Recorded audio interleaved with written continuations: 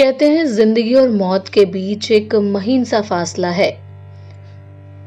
दोनों के दरमियान जो दूरी है वो जैसे ही खत्म होती है, जिंदगी में सब कुछ एक पल में बदल जाता है। मौत जब करीब आती है तो सब कुछ दूर हो जाता है। कितनी कशिश है ना जिंदगी और मौत के बीच मोहब्बत में, लेकिन आखिर में जीत मौत की होती है, क्योंकि सही मायने में मौत ही जिंदगी की असली सच्चाई है। फिर क्यों हम सब इस सच्चाई को जानकर भी भूल बैठे हैं? जीवन में वैसे तो कई मौके आते हैं जब हम सोचने पर मजबूर होते हैं कि आखिर हम ये सब क्यों कर रहे हैं, जब एक दिन सब कुछ छोड़कर जाना ही है। क्यों तेरा मेरा के फेर में पड़े हैं, जब सब कुछ रह ही जाना है यहाँ। लेकिन ये ख्याल एक हवा के झोंके के जैसे होते हैं, जितनी जल्दी आते हैं उससे जल्दी चले भी जाते हैं।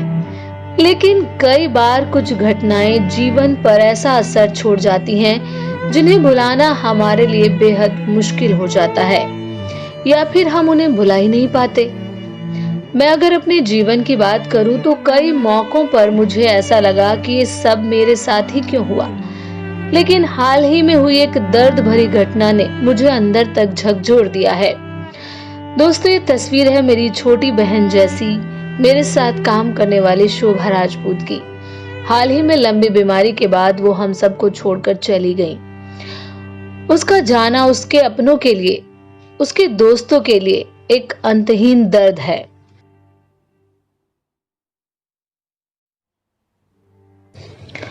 उसकी मौत की खबर उसे जानने वाले किसी भी शख्स के लिए किसी सदमे से कम नहीं थी।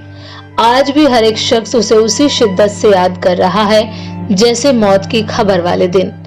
उसका चुलबुला अंदाज, बेफिक्री, लोगों से जुड़ने की उसकी कला, रह रहकर सब याद आता है। आप सब सोच रहे होंगे कि मैं ये सब आपको क्यों बता रही हूँ। अब आप लोग भी तो मेरे परिवार जैसे ही हो। जब आपके साथ मैं जानकारी शेयर कर सकती हूँ तो अपने दुख, अपनी भावनाएं क्यों नहीं। इस वीडियो को बनाने का मकसद सिर्फ इतना है कि मैं बताना चाहती हूँ कि शोभा ने मुझे ये सोचने पर मजबूर कर दिया है कि जीवन बड़ा हो या छोटा, इससे फर्क नहीं पड़ता। फर्क इस बात से पड़ता है कि जीवन के इस पड़ाव में आपने कितने लोगों को कमाया है जो आपके जाने के बाद भी आपको याद करें। शोभा से मेरी जान पहचान 2013 में पहली बार एक न्यूज चैनल में हुई, जब वो एक ट्रेनी पत्रकार के तौर पर अपना करियर शुरू कर रही थी। बहुत बड़े बड़े सपने थे उसके। उसने मुझे आंखों में काजल लगाना सिखाया। कौन से ब्रांड का काजल अच्छा होता है वो उसने मुझे बताया। मैं आज भी उसी ब्रांड का काजल लगाती हूँ, लेकिन पता नहीं था कि वो जिन आंखों की खूबसूरती को बढ़ाने के लिए काजल रिकमेंड कर रही है, उन्हीं आंखों में नमी छोड़ जाएगी। 2013 में करीब 1 साल उसने मेरे साथ काम किया। उसके बाद मेरी उससे मुलाकात 11 मार्च 2019 को हुई, जब मैंने एक चैनल में ज्वाइन किया था।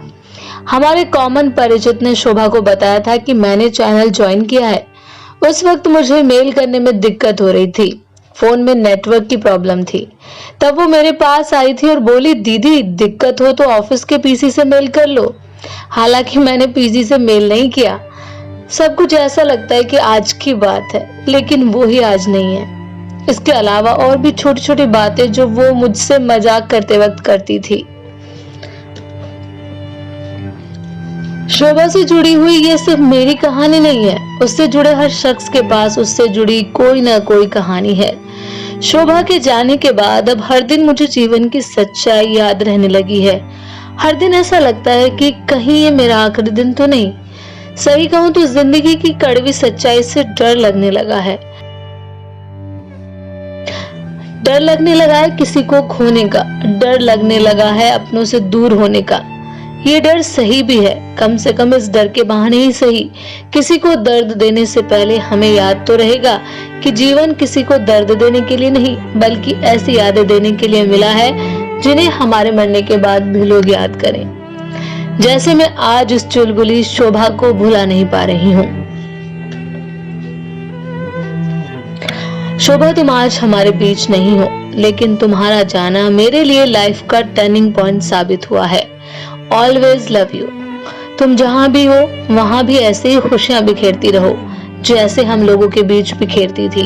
शायद अच्छे लोगों की जरूरत भगवान को भी होती है, इसलिए उन्होंने तुम्हें अपने पास बुला लिया। Rest in peace, Shobha.